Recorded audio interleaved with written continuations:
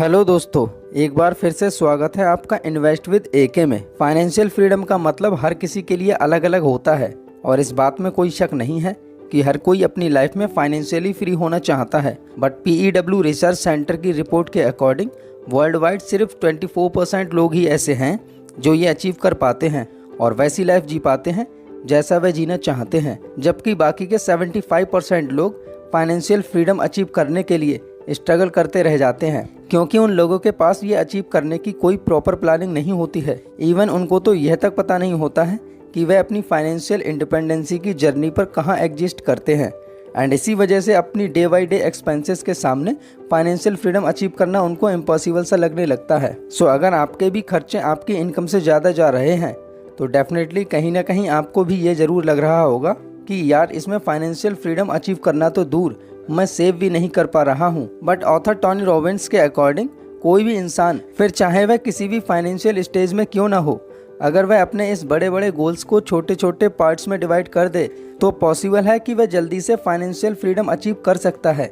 उनके अकॉर्डिंग हर किसी को फाइनेंशियल फ्री होने के लिए 7 स्टेजेस से गुजरना पड़ता है एंड तब जाकर वह अपनी लाइफ में अपने अकॉर्डिंग जी पाता है। और जैसे कि मैंने अभी कहा कि इन स्टेज के बारे में लोगों को कोई खास जानकारी नहीं होती है एंड इसीलिए उनका ये सपना सिर्फ एक सपना ही बनकर रह जाता है। बट आज की इस वीडियो में मैं आपको उन 7 स्टेजेस के बारे में बताऊंगा जिन्हें अचीव करके आप जैसी लाइफ जीना चाहो वैसी लाइफ जी सकते हो। और इससे कहीं ना कहीं आपको यह भी अंदाजा हो जाएगा कि आप अपनी फाइनेंशियल फ्रीडम की जर्नी में कौन से स्टेज पर हो। So let's begin. Stage number 1, financial dependent. अगर आपकी लाइफ में अभी एक ऐसा टाइम चल रहा है जहां पर आप अभी कुछ भी नहीं कमाते हैं और पूरी तरीके से अपने पेरेंट्स पर ही डिपेंडेंट रहते हो, तो मैं आपको बता दूं कि ऐसी लाइफ जीने वाले आप दुनिया में अकेले नहीं हो, क्योंकि हर कोई अपनी लाइफ की स्टेज पर फाइनेंशियली दूसरों पर ही डिपेंड रहता है। अगर इंडिया जैसे कंट्रीज में देखें तो ये चीज़ें और भी ज़्यादा होती हैं, क्योंकि यहाँ पर लोग हमेशा अपने पेरेंट्स और सभी के साथ रहना पसंद करते हैं। इसी वजह से डिपेंडेंसी कहीं ना कहीं और भी ज़्यादा हो जाती है। वैसे देखा जाए तो यहाँ ज़्यादातर डिपेंडेंसी तब आ रही है जब आप अपने स्कूल या कॉलेज में होते हो, क्योंकि तब तक आपके पास कोई ऐसा सोर्स या फिर कोई ऐसा काम नहीं होता है जहाँ से आप अपना खर्चा निकाल रहे हो।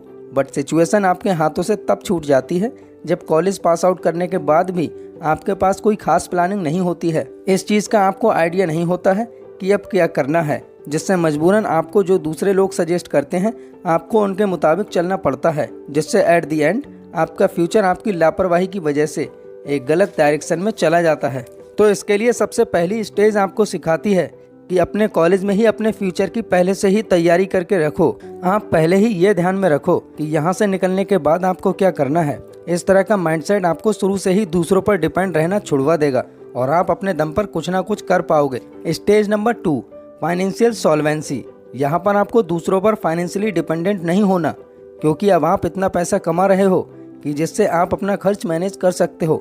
बट अभी भी आपकी कमाई इतनी ज़्यादा नहीं है कि आप उससे अपने खर्चे निकाल सको और इमरजेंसी के लिए कुछ बचा सको। टोनी रॉबिन्स के अकॉर्डिंग ये दूसरी स्टेज लोगों की सर्वाइवल स्टेज होती है। तो इसमें अब आपको एक स्टेप और आगे बढ़ने के लिए थोड़ा और टाइम देने की ज़रूरत है। जैसे सपोज करो कि आप अभी एक जॉब कर रहे हो जो आपको मंथली के 15,000 रुपये दे रही है एंड इसके लिए आपको 9 बजे जाना होता है और शाम को 5 बजे घर वापस आना होता है। तो इसके बाद ये जो 9 to 5 का टाइम होता है, यही टाइम डिसाइड करता है कि आप अपने फ्यूचर को लेकर कितना सीरियस हो। अगर आप अपने इस टाइम को घूमते फिरने या फिर फ़ोन चलाने में गुजार रहे हो तो आप हमेशा अपनी इसी स्टेज पर रहोगे जहां पर आप स्ट्रगल कर रहे हो। बट अगर आप अपने इस टाइम को यूटिलाइज करके कोई नया स्किल सीखते हो जो कि आपको एक नया इनकम सोर्स बनाकर देती है, तो यहाँ पर अब आपकी इनकम आपके खर्चों से आगे बढ़ जाएगी और आप कुछ सेव कर पाओगे। Stage number 3, financially stability. तो यहाँ पर आप अपनी इनकम से सारे खर्चे करने के बाद भी कुछ पैसा सेव कर पा रहे हो, तो इसका सीधा मतलब ये है कि आप अपनी लाइफ में फाइनेंशियली स्टेबिलिटी की स्टेज पर अपनी पकड़ बना चुके हो, क्योंकि इस स्टेज पर सेविंग करना एक बेसिक और इम्पोर्टेंट चीज़ मानी जाती है। तो जब आप अपने खुद के लिए कुछ पैसे सेव कर पा रहे हो, यहाँ पर अगर आपके ऊपर कोई लोन या फिर कोई उधार है, पहले उसको निपटाना है, क्योंकि ये चीज़ें ऐसी होती हैं जो जब तक आपके सिर पर होती हैं आपको तब तक चिंता रहती है एंड एक बार ये सब उतर जाने के बाद आप देखना आप ज़्यादा कंफर्टेबल और सुकून भरी लाइफ जियोगे। Stage number 4, financial security. अच्छा, आपके अकॉर्डिंग फाइनेंशियल सिक्योरिटी का क्या मतलब है? अगर आपका जवाब यह है कि हर महीने एक पर्टिकुलर अमाउंट रिसीव करना है, तो स्टिल आप उन लोगों के जैसे हो जो हर महीने अपनी सैलरी का वेट करते हैं। क्योंकि फाइनेंशियल सिक्योरिटी का मतलब एक पर्टिकुलर सोर्स ऑफ इनकम से पैसे मिलना नहीं है, बल्कि मल्टीपल एसेट्स से होता है। ऐसे एसेट्स जिससे आपकी इमरजेंसी और रिटायरमेंट की ज़रूरतें ईजिली मैनेज हो जाएं। और वो लोग जो फाइनेंशियली सिक्योर होते हैं उनके सर पर किसी भी तरह का कोई कर्ज नहीं होता है। एंड जब लोग इस स्टेज पर आते हैं तो उनके पास एटलीस्ट इतना पैसा होता है कि वह अपने पैसों को फ्यूचर नीड्स पर इन्वेस्ट कर सकते हैं, साथ साथ अपने डेली खर्च को भी आराम से संभाल पाएं। इसीलिए फाइनेंशियली जब आप इस स्टेज पर आ जाएं तो आपको अपने पैसों को इन्वेस्ट करके अपना फाइनेंशियल गोल क्रिएट कर देना चाहिए।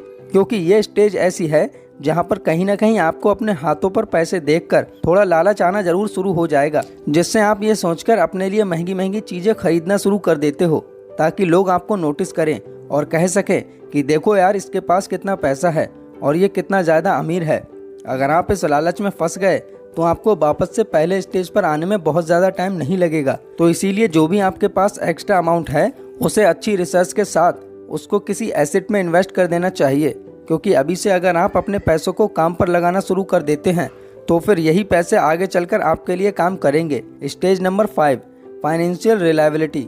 जब आपके पास इन्वेस्टमेंट से पैसे आना शुरू हो जाते हैं तो यहाँ पर आकर कई लोगों का ये बहुत मन करता है कि बस अब मुझे मेहनत करने की कोई ज़रूरत नहीं है, जितना पैसा मुझे मेरी लाइफ को चलाने के लिए ज़रूरत है उतना तो मुझे मेरी इन्वेस्टमेंट से ही मिल रहा है। बट यहाँ पर आकर इस तरह की सोच रखकर बैठ जाना आपकी एक बहुत बड़ी मिस्टेक हो सकती है, क्योंकि इससे आप अपने आप को कंफर्ट जोन में डालने जा रहे हो। ना तो आप कुछ नया सोच पाओगे और ना ही ट्राई कर पाओगे। इसीलिए यहाँ पर आकर आपको खुद को और ग्रो कैसे किया जाए इसके बारे में दिमाग लगाना है, ना कि सिर्फ घर में बैठकर खाने में। Stage number 6, financial freedom. अलग अलग तरीके की इन्वेस्टमेंट करने के बाद जब आप अपने इनकम का अलग अलग सोर्स बना लेते हो तो आप फाइनेंशियल फ्रीडम अचीव कर लेते हो। अब आपके पास इतना पैसा आ रहा है कि अगर आप अपने किसी पुराने काम को छोड़कर कुछ नया भी ट्राई करो तो फिर भी आपको इसे इम्प्लीमेंट करने में कोई दिक्कत नहीं आने वाली है। कुछ केसेस में हो सकता है कि जितना आप यहाँ से एक्सपेक्टेशन कर रहे हो उतना आपको ना मिल पाए, बट इट डोंट मीन्स आप अपनी इस जर्नी में प्रोग्रेस कम कर रहे हो, क्योंकि अब आप उन 95% लोगों की लाइफस्टाइल से बाहर आ चुके हो जो दिन रात मेहनत करने के बावजूद भी खुश नहीं रह पाते हैं। तो यहाँ पर आने के बाद अब आपकी लाइफ का मेन गोल क्या है, आपको उस पर फोकस करना है। आपको खुद को एक ब्रांड समझकर चलना है और आप लोगों की वह कौन सी नीड्स है जिसको पूरा कर सकते हो। एंड जब आप इन चीज़ों को आइडेंटिफाई कर लेते हो तो उनकी नीड्स को एक प्रोडक्ट या सर्विस के रूप में लॉन्च करके लोगों से फीडबैक लेते रहो और जो सुधार आपको मैक्सिमम लोग बताते चले जाएं आपको कंप्लीट करते रहना है, जिसके बाद जो ओवरऑल प्रोडक्ट निकलेगा वह मार्केट में काफ़ी लॉन्ग टर्म तक टिक पाएगा।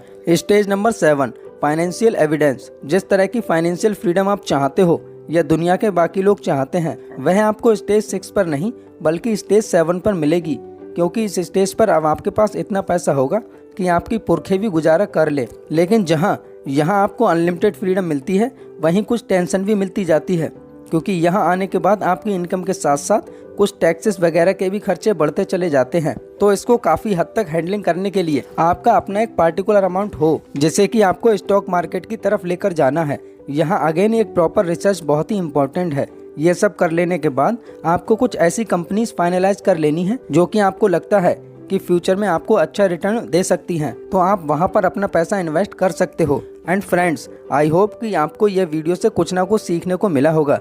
अगर हाँ तो वीडियो को लाइक करें और चैनल को सब्सक्राइब करना ना भूलें। मिलते हैं आपसे अगली वीडियो में, तब तक के लिए जय Hind and thanks for watching.